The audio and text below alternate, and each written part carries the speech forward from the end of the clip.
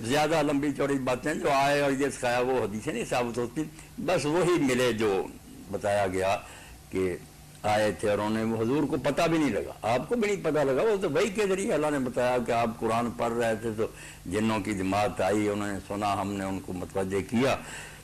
تو جی جنوں کو موت آتی ہے؟ ہاں، موت تک ہماری طرح پیدا ہوتے ہیں، مرتے ہیں، نر مادہ ان میں بھی ہیں، مرنا ان کا ثابت. جس طرح ہم آپس میں دفناتے مرنے کا واقعہ صحیح مسلم میں سے ایک مرتبہ شاید میں نے پہلے بھی سنایا تھا کہ جب خندق کا تھا نا معاملہ، معاشرہ کفار نے کیا ہوتا تو سب لوگ وہاں ہی تھے پہرے پر.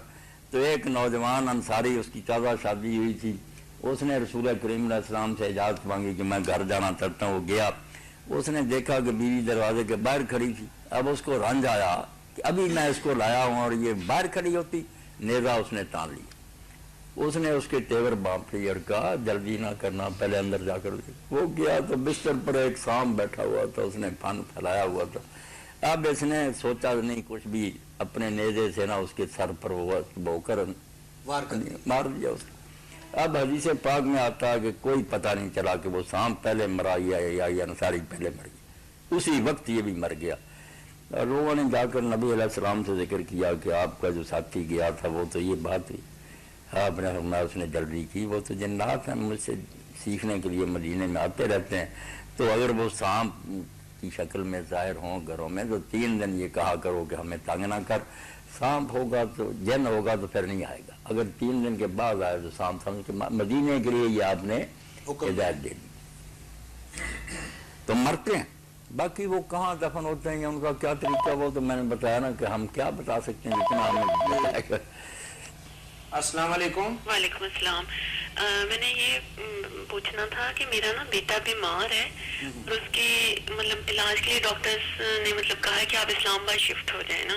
اچھا. اور جو میرے میاں ان کا کاروبار یہاں پہ فیصل آباد میں، وہاں پہ بھی ترقی کے چانس تو ہیں، لیکن اب تھوڑی سی میں ویسے استخارہ کی دعا بھی پڑھتی ہوں، تھوڑی سی رہنمائی لینی تھی کہ میں اس کے لیے مزید کیا کروں کہ ہم سے صحیح فیصلہ ہو جائے. بیٹے کی بیماری کے باعث ڈاکٹروں نے ریکمینڈ کیا ہے کہ شہر سے اسلام آباد چلے جائیں. ہاں جی، لیکن بیماری اس کی ایسی ہے کہ اس کو اسپیچ تھراپی کی ضرورت ہے جو فیصل آباد میں نہیں ہے. میں سمجھ گیا. علاج اس کا اسلام آباد میں ہو سکتا ہے. تو بہن کیا کہہ رہی ہے کہ کاروباری حالات ایسے نہیں ہے کہ وہاں جایا جا سکے. نہیں، وہاں پہ بہتری آ سکتی ہے جانے سے بھی، تو فیصلہ صحیح ہو جائے. میں اس چیز کے لیے تھوڑا سا رہنمائی چاہوں گی. میری بہن جب ڈاکٹروں نے یہ کہا، تجویز کیا، تو ان سے بہتر اس فن کو کون جانتا ہے. صحیح. اس لیے آپ ان کی بات پر اعتماد کریں، اللہ تعالیٰ سے دعا کرتی رہے. 131 بار نا یا سلامو، یا سلامو صبح و شام نا 131 بار، اور 11 بار اس کے آگے پیچھے درود شریف. وہ بے شک چھوٹا پڑھے، اللہم صلی علی محمد وعلی آل محمد، اتنا بھی پڑھ لیں تو کوئی بات نہیں. 11 مرتبہ پہلے، 11 بعد، اور 131 بار. یہ ابھی میری بیان شروع کر دیں، اس کو نا دوائی پر یا پانی پر پھونک مار کر پلائے، انشاءاللہ مجھے یقین ہے کہ اللہ تعالیٰ اس کو شفا دے دے گا. تو کاروبار کے سلسلے میں، کاروبار کے سلسلہ میں بھی آپ پڑھیں نا 1100 بار. اب نا یہ ذرا لمبا کام کرے، یا مغنی، یہ رات دن میں کسی وقت بھی پڑھ لیں آپ. نہیں تو یہ جو ہجرت کرنا ہے یہ ٹھیک ہے، ہجرت کرنا جو ہمارا جانا ہجرت کے ضمن میں آتا ہے. ہاں بالکل. یہ آپ کا یہ سفر جو ہے یہ بات سی عمارت ہے. بچے کے علاج کے لیے آپ جو کوشش کر رہی ہیں، اللہ تعالیٰ انشاءاللہ قدم قدم پر آپ کو اجر دے گا. یہ نگہداشت بھی عبادت میں آتی ہے. صحیح. چلیں ٹھیک ہے. اللہ شفا دے بچے کو. جی جی. اچھا جی، ان کا آخری سوال کا حصہ یہ تھا کہ قرآن کریم میں جنوں کے دوزخ میں جانے کا تو ذکر ہے، جنت کے حوالے سے کوئی بات؟ جیسے میں نے عرض کیا نا کہ قرآن تو اترا ہے انسانوں کے لیے، ان کا ذکر تو ضمن آ گیا، مگر جب دوزخ کا ذکر ہے صاحب ان سے بھی اللہ پوچھتا آئے نہیں کہ رسول تم سے سارا. اور وہاں بھی بیان ہوا کہ اللہ پاک فرماتا ہے جنت میں جو عورتیں ملیں گی، لم یطمثن قبلہم انس ولا جان، نہ مردوں نے ان کو چھوا ہوگا نہ جنوں نے. تو جنوں کو بھی تو ملیں گی، وہ بھی کماری ہوں گی نا. اس لیے بالکل ٹھیک. اس کا کوئی منکر نہیں. امام صاحب پہلے کوئی شک میں تھے، احتیاط کی بنا پر سارے راضی ہو گئے، ساری امت کے عالم مان گئے کہ جنت میں جائیں، بالکل جنتی ہوں گے وہ بھی. باقی حصہ ہو سکتا الگ کہ مردوں کے لیے جنت کے وارڈ الگ ہوں، جنات کے لیے. جنت کوئی چھوٹی تو نہیں ہے. زمین و آسمان سے بڑی. جی ٹھیک ہے, بارک اللہ فیک. مولانا یہ انشورنس کے بارے میں کئی دفعہ ہمیں سوال آیا ہے. اس دفعہ بھائی نے ہمیں سوال بھیجا ہے جو اشیاء کی اور اجناس وغیرہ کی انشورنس کرواتے ہیں, اس کے بارے میں کیا ہوگا؟ وہ طاہر صاحب آپ بتائیں نا کیسے کراتے ہیں. مثلا ایک بندہ نئی گاڑی خریدتا ہے تو ایک انشورنس ادارہ یہ بات کہتا ہے کہ آپ ہمیں 10,000 روپے سالانہ دیں, اگر خدا نہ خواستہ کوئی حادثہ ہو گیا, گاڑی چوری ہوگی تو ہم اس کی ذمہ داری لیتے ہیں. اگر کوئی ایکسیڈنٹ ہو جائے, گاڑی چوری ہو جائے تو وہ جس ادارے سے ہم نے انشورنس کروائی ہوتی ہے وہ ادارہ ہمارے بہت زیادہ نقصان کی تلافی کرتا ہے. وہ ہم سے سالانہ 10,000 15,000 جو بھی ان کا ریٹ ہو وہ طے کر لیتے ہیں. اور اسی طریقے سے فیکٹری ہے, کارخانہ ہے, دکانات ہیں, اب تو سنا زرعی اجناس وغیرہ کی بھی ہونی شروع کہ ژالہ باری یا بارش یا غیر موسمی حالات کی بنا پر اگر فصل تباہ ہو گئی یا کسی نے کھلیان کو آگ لگا دی تو پھر وہ اس کا معاوضہ طے شدہ اصول کے مطابق. تو یہ انشورنس جو ہے نا ہمارے اس دور میں ایک تو ہے یہ مولانا محمد تقی عثمانی, ایک ہے محمد تقی امینی. وہ بڑے مجتہد قسم کے آدمی ہیں, انہوں نے بہت اچھی کتابیں لکھی ہیں تاریخ فقہ پر بھی اور اصول فقہ پڑھنی چاہیے. تو انہوں نے اس بارے میں ایک کتاب لکھی ہے. تمام عالم اسلام کے علماء نے آج تک جو سوچا ہے نا مشرق مغرب میں حلال کہنے والے جو ہے نا سب اکٹھا کر دیا دلائل, اور ترجیح اسی بات کو دیا کہ جو معیاری طریقہ نا وہ تو اسلامی حکومت ہوگی, بیت المال وہ تو ہے کہ ایک ہی بات کہ وہ اللہ نصیب کر دے, حل تو وہ ہے, مگر جب تک وہ نہیں تو چھوٹی موٹی خرابیوں کے باوجود انشورنس ٹھیک ہے. یہ جو ہے نا یہ ضمانتیں یہ صحیح ہے. نقصان ہو جائے گا تو اگر تعاون ہو جائے تو بچ جائے گا, ورنہ کمر ہی ٹوٹ جائے گی. تو اس میں گناہ نہیں کوئی. یہ تعاون کی ایک شکل ہے کہ لوگ اکٹھے کرتے رہتے ہیں جس ساتھی کا نقصان ہو جائے. اجناس کی جو انشورنس ہے ہم اسے لائف انشورنس کی طرف لے آئیں گے, سب کو جائز ہی سمجھے اسی آپ, طریقے سے سمجھیں گے کہ میں نہیں کوئی قباحت ہے. یہ جائز انشورنس جو ہے نا ٹھیک ہے, اس کو ٹھیک سمجھنا چاہیے. جزاکم اللہ خیر. جیسا کہ مولانا سب مسلمان یہ بات جانتے ہیں کہ حج کی 3 قسمیں ہیں, حج افراد ہے, تمتع اور قران ہے. تو بھائی نے ہمیں یہ سوال بھیجا ہے کہ حج تمتع اور قران میں سے کون سا زیادہ افضل ہے, وضاحت فرما دیں. سب سے افضل تو افراد ہے, اگر آدمی وطن سے 2 مرتبہ سفر کر سکے. 2 مرتبہ اگر کوئی سفر کر سکے نا, 1 مرتبہ عمرے کے لیے 1 مرتبہ حج کے لیے, تو سب سے افضل تو یہ ہے. اسی لیے حضرت ابوبکر, حضرت عمر رضی اللہ تعالیٰ عنہ ان سب نے افراد کیا. مگر ظاہر بات ہے کہ مشرق مغرب تک جو امت پھیل جانی تھی اس کے لیے اگر اس کو ضروری کیا جاتا تو لوگ تنگ ہو جاتے. ایک بار جانا ہی بڑا مشکل ہے. اس لیے یہ حکم ہو گیا جس کو ابن عباس رضی اللہ عنہ کہتے تھے کہ جو باہر سے لوگ آتے ہیں نا ان کا حج تمتع ہے. یہ جب عمرہ کرتے ہیں نا جا کر کعبے کا چکر کاٹا, ان کا احرام کھل گیا ہے, یہ نہ کھولیں جیسے شام ہوگی روزہ ختم ان کا احرام نہیں رہا. یہ ضد کرتے ہیں تو کرتے رہیں. دین میں ان کے لیے ہے ہی حج تمتع, ان کے لیے دوسرا کوئی حج نہیں. یہ باہر سے آئیں تو عمرہ کریں, جب یہ طواف کعبہ کر لیں, صفا مروہ کی صحیح کر لیں, بال کتروا دیں, عمرہ ہو گیا, بعد میں حج کریں. حضور نے بھی تمنا کی کہ اگر مجھے پہلے پتا ہوتا جس کا اب پتا چلا تو میں بھی قربانی کے اونٹ ساتھ لے کر نہ آتا, تمتع کرتا. تمتع ہی حج ہمارا. جو قران ہے وہ ان لوگوں کا جو قربانی ساتھ لے کر وطن سے چلے. قران 7 اونٹ ہوں, گائے ہوں, بکریاں ہوں, حدی ساتھ ہو, ان کو حضور نے حکم دیا تھا کہ تم صفا مروہ کی صحیح کے بعد احرام نہ کھولو.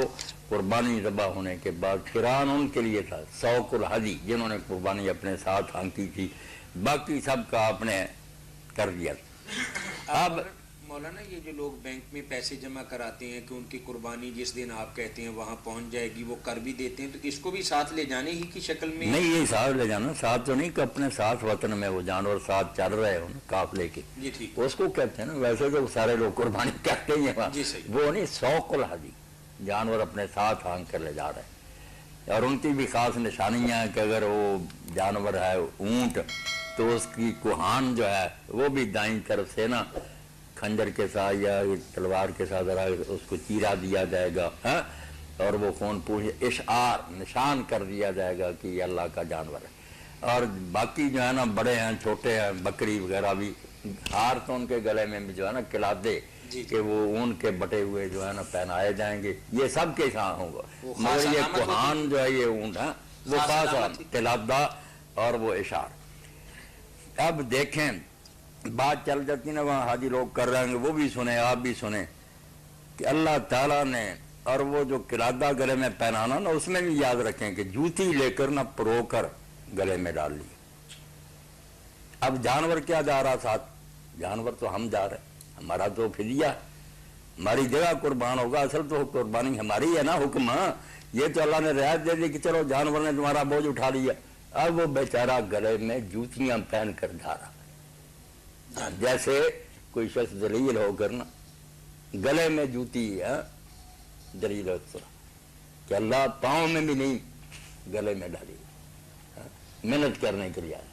اور اونٹ چونکہ بہت بڑا جانور ہے، کوہان ہے، اس کی اونچی متکبر ہے، اس کو چیرا بھی دیا گیا کہ یہاں چھری ذرا پھیر دو، اس میں سے خون نکال دو کہ بھئی اب بڑے بننے کا وقت کیا، تم بڑے نہیں ہو، جس دربار میں جا رہے ہو اب یہاں ذلت کے سوا اور کچھ نہیں۔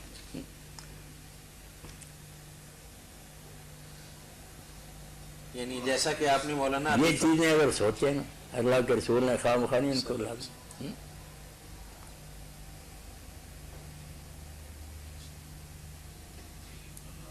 یعنی بہترین حج جو ہے جیسا کہ آپ نے فرمایا کہ حج تمتع، 2 بار جا سکے افراد، ورنہ باہر جانے والوں کا بہتر نہ کہ ہے ہی حج تمتع۔ اور یہ جو میں بھی کچھ لوگ حج قران کرتے ہیں، جو افراد جو ہے نا اندر حدود کے رہنے والے میقاتوں کے، وہ تمتع نہیں کر سکتے، وہ تمتع جو کرتے ہیں غلط ہے۔ ذالک لمن لم یکن اہل حاضر المسجد الحرام، یہ اجازت ان کو ملی ہے جن کے بال بچے دور بستے، جو بار بار آ سکتے ہیں قریب سے، وہ کیوں تمتع کریں؟ وہ افراد ہی کریں گے، ایک مرتبہ حج کریں گے، اس لیے حج کے دنوں میں صرف حج کریں گے، عمرہ پہلے یا بعد میں جب جی چاہے کرتے رہے۔ مولانا آج کے ترقی یافتہ دور کے اندر بھی لوگ حج قران کرتے ہیں۔ اب قران کے بارے میں جو ایک بات سامنے آئی نا کہ امام ابو حنیفہ رحمۃ اللہ علیہ وغیرہ کہتے ہیں جو قران کرے یعنی حج اور عمرہ دونوں اکٹھی نیت کی اور صرف قربانی پر کھولے گا، وہ 2 طواف کرے، پہلے جا کر ایک عمرے کا کرے گا اور ایک پھر وہ حج کا بھی کرے گا، 2 ہے۔ اسی طرح جو بعد میں بھی ہے نا طواف زیارت اور سعی، وہ بھی 2 کیونکہ وہ بے شک سلام نہیں پھیرتا درمیان میں، یہ باتیں تو 2 کر رہا، وہ 2 کہتے ہیں، مگر اس کی حدیث نہیں کوئی صحیح ملی۔ اب جو طریقہ ہے حدیث میں آیا اس میں قران اور افراد اور ایک ہی ہے، صحیح بھی نہیں کرتا وہ تمتع والا، تو جب آتا واپس اس وقت آ کر طواف زیارت کرتا، بعد میں صحیح کرتا، یہ قران والے نہیں کرتے، نہ حضور نے کی نہ صحابہ نے۔ اب کیا ہوا کہ اس نے 2 کام کر لیے، مگر اس کا کام افراد والے جیسا ہی رہ گیا، تمتع والے سے بھی کم۔ تو اس بارے میں ناراض نہ ہو، میں نے دیکھا کہ جو کچھ شیعوں نے کہا نا بات وہ تھی، مگر کیا کریں لوگ مانتے نہیں، وہ کہتے ہیں مولوی صاحب بے دین آدمی ہے، بے دین تو ہوں، مگر جب دیکھتے ہیں کہ قرآن والا عمل بہت تھوڑا کرتا، افراد والے اور اس کے طریقے میں ذرا فرق نہیں، تو قرآن پھر کیسے ہو گیا؟ یا تو وہ طوافان اور سایان ہوتا جو ابو حنیفہ کہتے ہیں، اس کی کوئی دلیل نہیں صحیح نکلی، تو انہوں نے کہا کہ قرآن بھائی افراد ہی ہے، تمتع نہیں، 2 نہیں، وہ بھی وہی کرے گا جو حرم کے اندر رہنے والے کرتے ہیں، ایک ہی، مگر قرآن کیا ساتھ ہونا قربانی کا، جو حج افراد کرے قربانی ساتھ نہیں، صرف اس کا لبیک پکارنا جو اس سے حج افراد ہو گیا، جس کے ساتھ یہ قربانی ہے وہ بے شک زبان سے لبیک نہ کہے، قربانی کا ساتھ لے لینا یا اس کے چھری پھیر لینا یہ نشان ہے۔ حج وہی ہے، اس سے حل ہوتا ہے کہ حج 2 ہی ہے، ایک حرم کے جو باہر رہتے ہیں میقات کے تمتع، ایک میقات کے اندر ان کا حج افراد ہی ہے، افراد اگر قربانی ساتھ نہیں وطن سے تو لبیک کہنا پڑے گا، اور اگر قربانی ساتھ ہے تو پھر وہ نیت قربانی سے ظاہر ہوگی، لبیک کا بے شک نیکی ہے، ورنہ اس کے لیے وہ ضروری نہیں رہا، اس کا وہ جو ہے نا جانور ساتھ ہونا، اس نے دعائی دے دی کہ یہ حج کے لیے جا رہا، اس سے حل ہوتا ہے، ورنہ جو ہماری حدیثوں میں نا اس سے جو ہے نا قرآن لوگوں نے کیا مگر نہ انہوں نے واپس آ کر صحیح کی، نہ 2 طواف کی، کام انہوں نے وہی کیا جو افراد والوں کا، ثواب 2 لیے، ایک عمرے کا، تمتع والے کو کہتے ہیں کہ وہ الگ الگ کرے. یہ بات درمیان میں نے کہا جی اب پتہ نہیں کیا شوشہ اس پر لوگ اٹھائیں. بات جو آپ لوگوں نے عرض کر دی نا وہ یہی ہے. صحیح بات ہے. مولانا بعض لوگ حج کے لیے جاتے ہیں یا عمرے کے لیے جاتے ہیں تو بار بار عمرے کرتے ہیں. عمرے والے بھی خاص طور پر کثرت کے ساتھ وہاں جا کے تنعیم پر جا کے دوبارہ احرام باندھتے ہیں پھر عمرے کے لیے آ جاتے ہیں. اور حج پر جانے والے بھی یہ عمل دہراتے ہیں کہ شرعی اعتبار سے ایسا کرنا جائز ہے. جو مکہ سے باہر نکل کر عمرے کرتے نا یہ تو بار بار دہرائی گئی بات کہ اس کا کوئی ثبوت نہیں. نہ یہ عمرہ ہے نہ صحابہ کرام نے حضور کی موجودگی میں کیا بلکہ خود حضرت عبد الرحمن بن ابی بکر رضی اللہ تعالیٰ جو گئے تھے عمر مومن کے ساتھ کرانے کے لیے عمرہ انہوں نے بھی نہیں کیا. یہ کوئی نہیں طریقہ. یہ ہے عمرۃ الحائض کہ جس عورت کو حیض آ جائے وہ احرام اس نے باندھا تھا عمرے کا مگر مکہ پہنچی پاک نہیں ہو سکی حج کو جانے کا دن آ گیا 8 تو عمرہ چھوڑے غسل کر کے وہ بعد میں قضا کر لے. اس کے لیے صرف عام نہیں. جزاکم اللہ خیر. مولانا باہر کوئی جائے نا جیسے کوئی شخص مکہ طرف سے مدینہ منورہ پہلے جانا نصیب ہو جائے وہ واپس لوٹے ٹھیک ہے ذوالحلیفہ سے احرام باندھے. یا کچھ لوگوں کے دوست اگر ہیں جدہ ہیں یا طائف وہ لے گئے تو وہ واپس آئے. سچ مچ باہر سے آ رہا نا شہر کو وہ عمرہ کر سکتا. اس کی مثال بالکل آپ اپنے ذہن میں بیٹھا ہے جیسے تحیت المسجد باہر سے آنے والے کے لیے تو سچ مچ آئے. اب ایک آدمی آیا تحیت المسجد پڑھی دروازے پر چلا گیا اندر آ گیا تحیت المسجد پھر چلا گیا تحیت المسجد. یہ تو آپ خود ہی سمجھیں گے نا مذاق ہی ہو گیا نا. تو یہ طواف جو ہے یا عمرہ یہ مکے کی تحیت ہے. جو خارج سے آئیں گے نا وہ 1000 مرتبہ بھی آئے کر سکتے. باہر نکلنے کی کوئی نہیں. باہر وہی نکلے گی عورت جس کا پہلے رہ گیا وہ پورا کرے گی. وہ بھی عام علماء کہتے ہیں کہ وہ صرف اچھا ہے اس نے کرے ورنہ ضروری نہیں.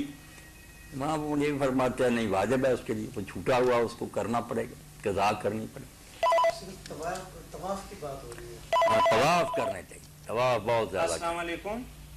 وعلیکم السلام. کیسے ٹھیک ہیں آپ؟ جی ماشاءاللہ. اسماعیل لندن سے بات کر رہے ہیں.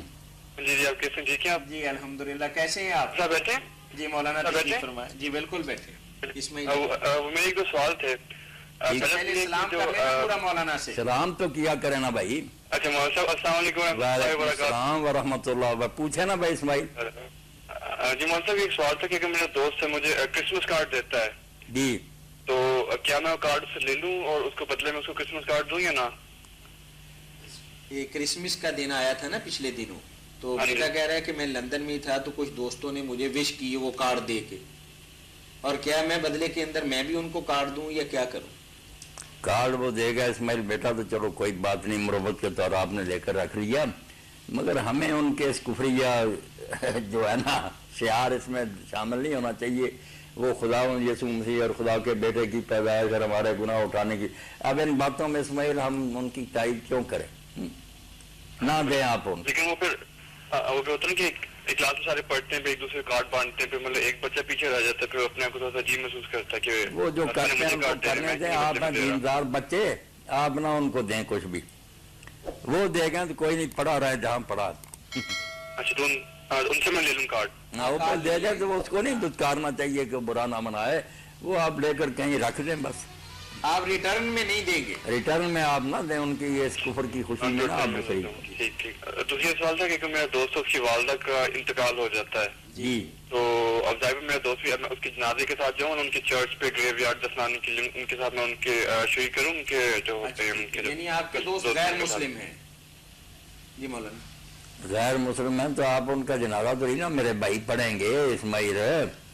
یہ ان کا جنازہ نہیں لیکن ان کے ساتھ چرچ میں جا کے جس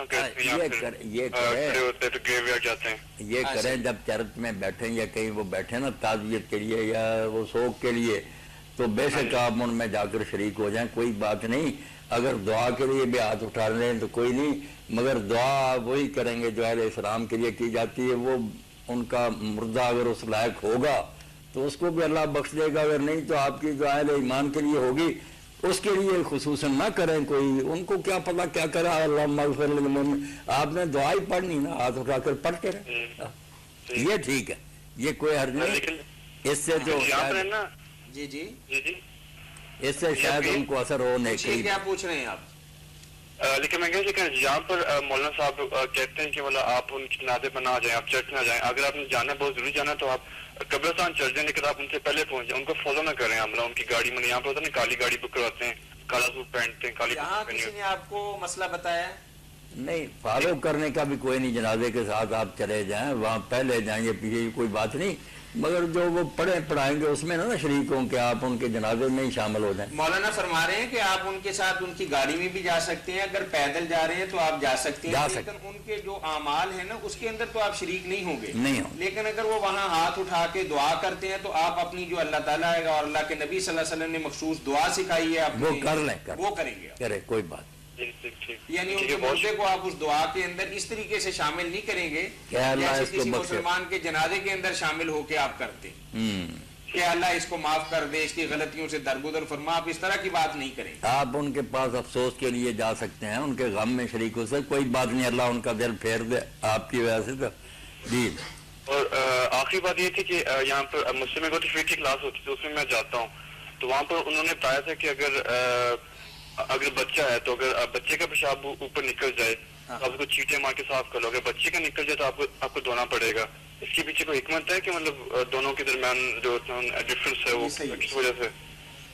یہ بچے اور بچی کے پیشاب کے اندر حکم ہے نا کہ ایک میں تو بچے اور بچی کے پیشاب کے بارے میں اسماعیل کچھ تو لوگ کہتے ہیں کہ دونوں کا برابر ہے, دونوں کا دھونا پڑے گا, مگر چونکہ حدیث پاک میں فرق آیا, ہم تو وہی مانیں گے نا کہ بچے کا نہیں دھونا, صرف پانی چھڑک دینا ہے, اور بچی کا دھونا. اور اس کی وجہ جو ہے وہ صاف ہے کہ بچے کا پیشاب اتنا پھیلتا نہیں, تھوڑی جگہ میں رہتا ہے, مگر بچیوں کا پیشاب جو ہے نا وہ پھیل جاتا ہے ان کو دور. باقی میں جو کہتا ہوں نا کہ امام مالک رحمۃ اللہ علیہ نے جو بات کہی نا کہ یہ دھونے دلانے کا کام ان کو کرنا چاہیے جنہوں نے کبھی بچہ اٹھایا. میں نے کسی کا بچہ پیار سے اٹھا لیا, مجھے چاہیے کہ جو اس کو ہر وقت سنبھالتے ہیں نا, ماں ہے, والد ہے, دادی اماں وغیرہ, ان کو کسی کا بھی نہیں دھونا چاہیے, نہ بچی کا نہ بچے کا, نہ چھینٹے مارے نہ دھوئیں. ان کی ہے ذمہ داری, بیچارے ہر وقت دھوتے رہیں تو پتہ نہیں ٹھنڈ کی وجہ سے بیماری پڑ جائیں. یہ ان کا اجتہاد بہت اعلیٰ کہ جن کی ذمہ داری ہے بچہ سنبھالنے کی, وہ نہ بچے کا دھوئیں نہ بچی کو, ان کے لیے یہ معاف ہے. جو کبھی کبھار اٹھاتا ہے نا وہ ایسا کرے. بیٹے آپ بات سمجھ گئے, مولانا فرما رہے ہیں کہ امام مالک رحمۃ اللہ علیہ کے بالکل یہ ان کا بہت اعلیٰ استنباط کہ جن کے گھر کے اندر بچہ ہے, باپ بیٹا بہن دادی کچھ سنبھالتے ہیں نا لوگ, اگر ان پر بچہ پیشاب کر دے تو پھر ان کے لیے یہ تردد کرنے کی ضرورت نہیں, وہ نماز پڑھیں. لیکن اگر کوئی اجنبی گھر کے اندر آ گیا تو لمحہ بھر کے لیے بچہ پکڑایا اور اس نے یہ حرکت کر دی تو پھر کر لے. ہاں تو آخری سوال یہ تھا کہ اکثر لوگ رکوع کے بعد اٹھنے سے ہاتھ باندھ لیتے ہیں. جی جی, اس کا کوئی ہے؟ یہ بیٹا اسماعیل اس کی کوئی دلیل نہیں, آپ نہ باندھیں. یہ صرف نا لوگ تقریر کے طور پر ہی شروع ہو گیا. پیر بدیع الدین شاہ اور وہ شیخ عبدالعزیز ابن باز رحمہ اللہ, ان کو پیر صاحب نے ان کو بھی قائل کر لیا, تو دلیل نہیں ہے اس کی. رکوع کے بعد نہیں ہاتھ باندھنے چاہیے.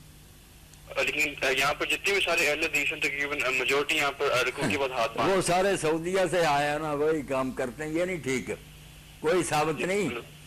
نماز نبی اگر میرے علامہ البانی صاحب کی ضرور دیکھنا, انہوں نے بہت زور سے اس کو رد کیا کہ یار نہ کسی امام نے کہا نہ صحابی نے, نہ کوئی دلیل, کیوں کرتے ہوئے یہ نہیں کرنا چاہیے. جی, تو جوتوں کے ساتھ نماز پڑھنا جائز ہے یا نہیں؟ جائز ہے, جائز. جوتوں کے ساتھ نماز جائز, مسح کر لیں, مسح کر لیں, جائز ہے. تو اس کے لیے کوئی شرط تو نہیں کہ جوتے بالکل صاف ہونے چاہیے, نہیں ہونے چاہیے؟ نہیں, کوئی ایسی بات نہیں. آپ نے فرمایا آؤ تو دیکھ لو, اگر کوئی محسوس ہوتا ہے زمین پر رگڑ دو اور اس میں نماز پڑھ لو. اتنا ہی صرف جوتوں کے لیے کہا. ہر شے کے لیے پاک کرنے کے لیے مختلف طریقے ہیں نا. جوتوں کو اگر ہر وقت دھوتے رہیں تو سارا کچھ تباہ ہو جائے گا. ان کو یہی کہا کہ زمین پر رگڑ کر پڑھ لو بس. جی, اللہ خیر سے رکھے اسماعیل, برکت دے. چلو بہت شکریہ, دعا میں یاد رکھیے گا, سب کو سلام کیجیے گا. آپ بھی دعا میں یاد رکھیے گا.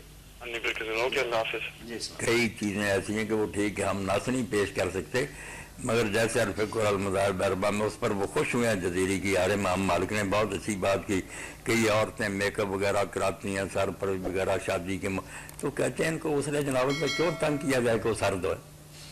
ہزاروں کا انہوں نے خرچ کیا, وہ برباد کریں, وہ باقی جسم سارا دھو لیں, اللہ ان کو اس کی معافی دے گا. یہ الفقہ المذاہب اربعہ میں پڑھنا چاہیے کہ سب کے حالات کا لحاظ رکھنا چاہیے, کون کس حال میں اس کے مطابق ہی فتویٰ دینا چاہیے. بارک اللہ. جی مولانا پوچھا ہے کہ احرام کی حالت میں کون سے ایسے اعمال ہیں کہ جن کا کرنا شریعت کی روح سے منع ہے؟ کوئی نام لے کر پوچھنا چاہیے. چیزیں تو بہت ہیں کہ سلے ہوئے کپڑے جیسے جسم پر سٹ کر کے سیے جاتے ہیں اس طرح پہننا، ایک تو یہ ناجائز ہے. سلا ویسے نہیں ناجائز ہے، اگر یہی کوٹ میں کندھوں پر ڈالوں ڈال سکتا ہوں، برانڈی ڈال اگر سکتا ہوں کوٹ کی تو طرح پہنوں اس طرح پہنوں بازو میں پھر ناجائز. ہاں تو کمبل وغیرہ رضائیاں وغیرہ ساری پہن سکتا ہوں، کوئی بندش نہیں. صرف مرد سر ننگا رکھے گا اور جو چیز بھی پہنے گا بے شک 10 بھی کمبل آپ نے گرد لپیٹ لے، ایک تہ بند کی طرح باندھے گا، ایک جو ہے وہ کندھوں پر ڈال کر، یہ ہے حکم. باقی سلے نہ سلے کی کوئی بات نہیں. نہ یہی ہے کہ وہ ایک ہی 2 چادریں ہوں، جتنی جی چاہے اکٹھی کر سکتا سردی سے بچنے کے لیے جتنی چاہے وہ سب. ایک تو یہ بات ہے کہ سلا لباس جیسے بدن پر پہنا جاتا ویسے نہیں.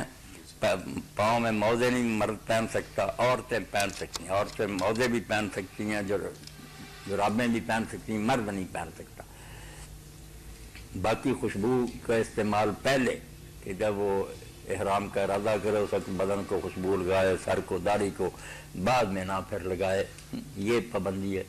خشکی کا شکار جو ہے وہ نہیں کر سکتا، اور اس کے ساتھ کوئی تعلق نہیں رکھ سکتا، کسی قسم کی شہوانی شکار جو ہے نا خشکی کا یہ نہیں کر سکتا. اگر سمندری سفر ہے، بیڑیوں پر ہیں، جہازوں پر، وہاں سمندری جو مچھلیاں وغیرہ یہ پکڑ کر کھا سکتے ہیں. قرآن مجید میں آیا کہ احل لکم صید البحر. مولانا اونٹ اور گائے کی قربانی میں کچھ لوگ گائے کی قربانی کے اندر 7 شریک کرتے ہیں اور اونٹ کی قربانی کے اندر 10 شریک کرتے ہیں. کیا یہ شرعی اعتبار سے اس کا کوئی روایت پیش کرتے ہیں اس بارے میں بھی کہ قربانی میں ہم سفر میں تھے تو شریک ہوئے، اونٹ میں 10 اور گائے میں 7.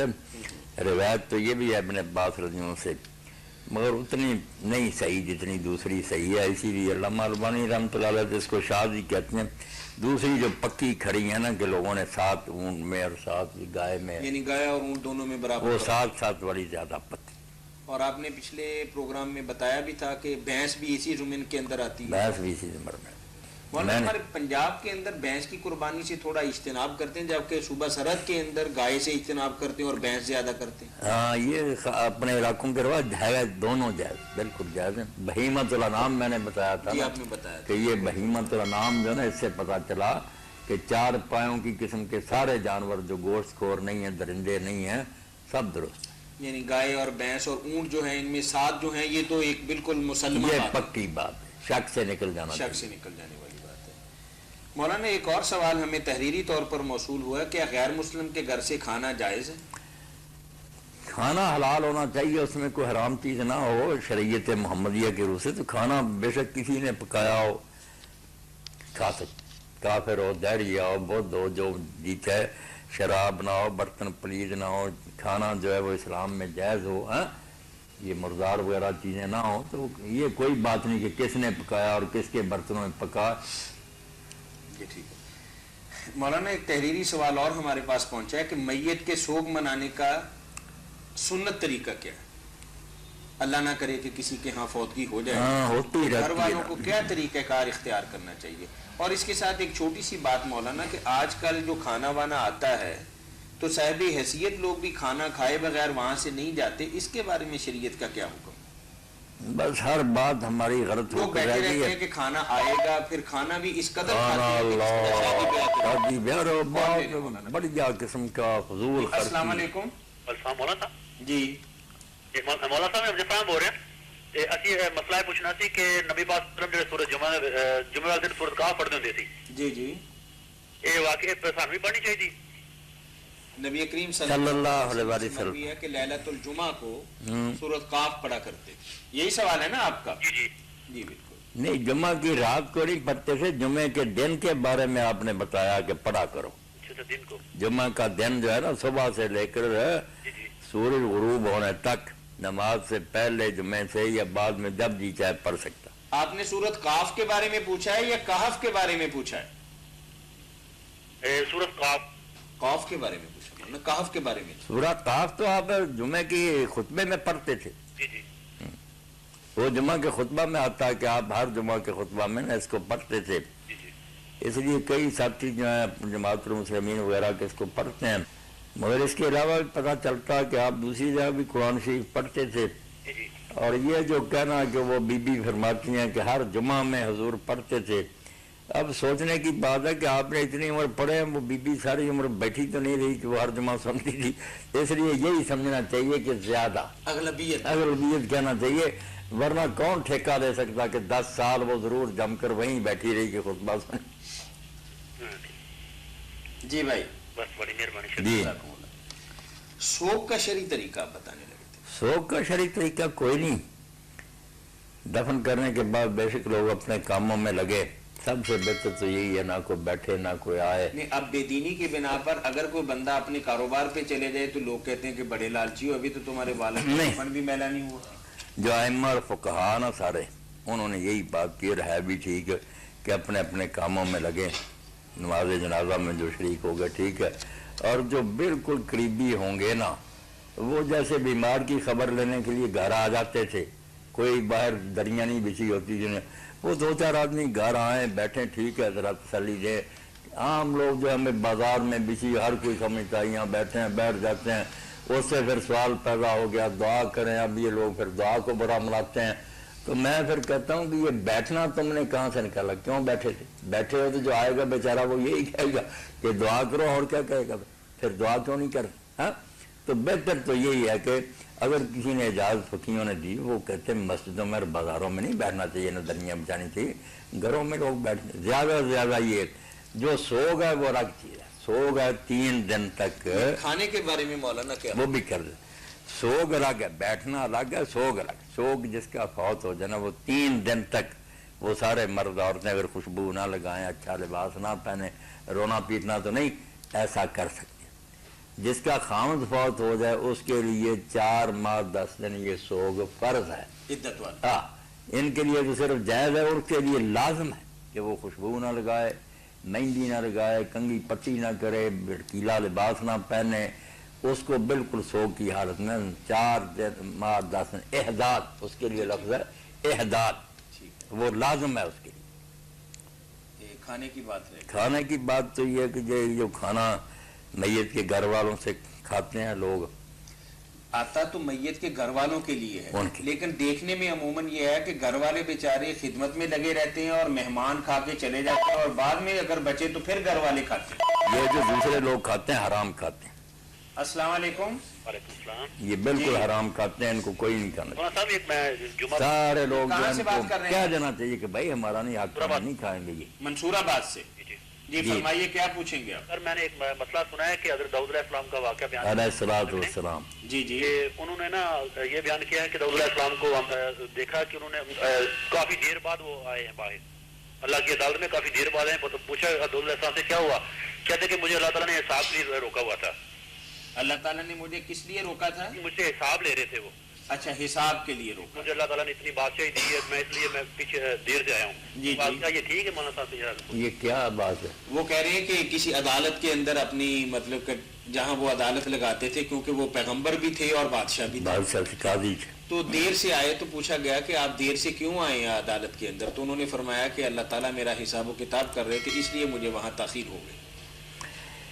یہ میرے بھائی جس نے یہ بات ہے نا کہی، اس سے ہی آپ پوچھیں کہ یہ اللہ نے کہی ہے، رسول نے کہی ہے، یا اس کا کوئی ثبوت ہے تو آپ بیان کریں، ورنہ ایسی باتیں کیوں آپ اپنی طرف سے گھڑ کر بیان کرتے رہتے ہیں؟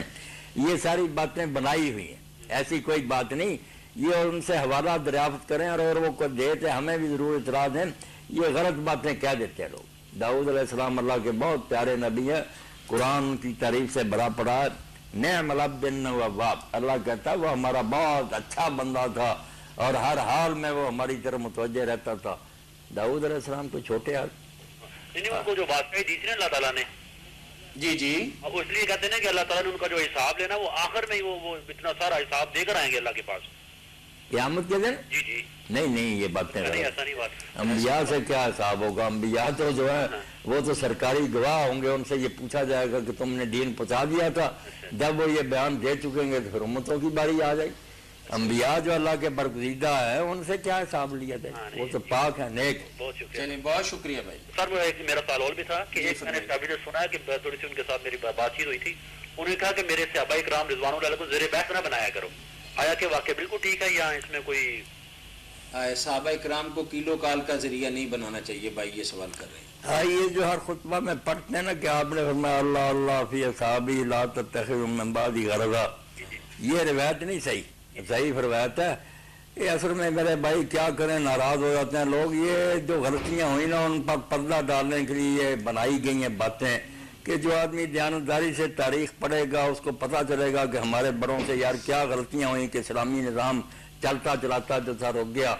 سب و شتم برا، یہ جو ہے نا کہ گالیاں دے برا کا، یہ بہت بری بات ہے. صحابہ تو بہت بڑے ہیں، عام آدمی کو بھی نہیں چاہیے، مگر یہ جو ہے نا کہ ان کا پتہ کیا جائے کہ کس نے غلط کام کیا اور جس کی وجہ سے امت برباد ہوئی، یہ کوئی بات نہیں. اگر نہر الاوتار ملے علامہ شوکانی رحمۃ اللہ علیہ کی تو 7ویں جلد جہاں یہ مسئلہ بیان ہوا کہ جب جہاد کا موقع ہو تو کسی کا ہاتھ نہ کاٹا جائے، چوری کے بارے میں بیان ہو رہا، تو وہاں وہ بسر بن ابی ارتاب کی روایت پیش کرتے ہیں کہ حضور نے منع کیا کہ اس دوران نہ کسی سپاہی کا ہاتھ کاٹو، ہو سکتا وہ حمیت میں کافروں کی طرف چلا جائے اور اسلام کو نقصان پہنچا دے، یہ مرتد کر. اب وہ بسر کے بارے میں لکھتے ہیں کہ بسر نے جو کچھ کیا اسلام میں اس پر وہ کوئی آدمی جس کے دل میں رائی برابر ایمان ہے وہ بھی وہ کام نہیں کر سکتا جو اس نے کیے. تھا صحابی اور اس کے بارے میں امام دارقطنی نے کہا کہ لم یکن له استقامہ بعد النبی، حضور کے بعد یہ سیدھے راستے پر نہیں. جو اس نے خون خرابہ کیا اور مسلمان بچیاں بہ کی ہیں بازاروں میں، کوئی انہوں نے لکھا رائی ایمان دی، اور وہ پھر کہتے ہیں اس سے کوئی یہ نہ سمجھے کہ میں نے صحابی پر قضا کر دی. وہ کہتے ہیں اس پر اہل علم کا اجماع ہے. یہ لوگ بناوٹی باتیں کرتے ہیں کہ اس پر نکتہ چینی نہ کرو، اور امام محمد بن ابراہیم الوزیر کا حوالہ دیا کہ انہوں نے پوری کتاب اس پر لکھی کہ صحابی کو کس نے یہ کہا کہ اس کو اعتراض نہ کرو. سب و شتم منع، گالیاں دینا، برا برا کہنا، باقی غلط کام اگر علمی مواخذہ کرنا، کسی نے شراب پیا، کسی نے زنا کیا، وہ ساری باتیں. اب ویسے جو تھا وہ اسلام بھی لے آیا قاتل حمزہ، مگر حضرت حمزہ کا خون جو اس نے اس کی جان نہیں چھوڑی، مرا شراب پیتا ہوا، ڈرم کی طرح موٹا ہو گیا تھا، شراب پیتا مرا. یہ سب کچھ حدیث کی کتابوں میں. یہ خواہ مخواہ ایک دین بنا لیا کہ ساری دنیا کو دیکھو، جو اس زمانے میں تھا نا، بے شک اس نے نیل سے حضور کو دیکھا، ایک دن ہی پاس نہیں بیٹھا، اس کو بھی تحفظ حاصل ہو گیا. کے لیے گھڑی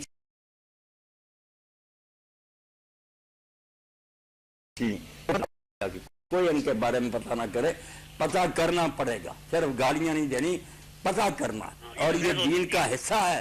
قرآن حدیث اور کتابیں بڑی ہیں تفسیر اور فقہ کی کہ یہ کام لوگوں نے کیا ہے جس کی وجہ سے بربادی ہے. چلے بھائی بہت شکریہ آپ کے کال کرنے کا. اس کے ساتھ ہی ہمارا پروگرام فتاوی آن لائن اختتام پذیر ہوتا ہے. اپنے میزبان میاں طاہر کے ساتھ اس پروگرام کے روح رواں، مربی اور سرپرست اور آپ کی طرف سے فون کالز اور براہ راست پوچھے گئے سوالات کے جوابات دینے والی معروف علمی شخصیت محترم مولانا محمد اسحاق مدہ ذلہ العالی کو اجازت دیجیے. یاد رہے کہ یہ پروگرام ہر اتوار کے روز عصر تا مغرب آپ کی خدمت میں پیش کیا جاتا ہے. ہمارا ٹول فری نمبر نوٹ کر لیجئے 0800 11 777. اللہ حافظ.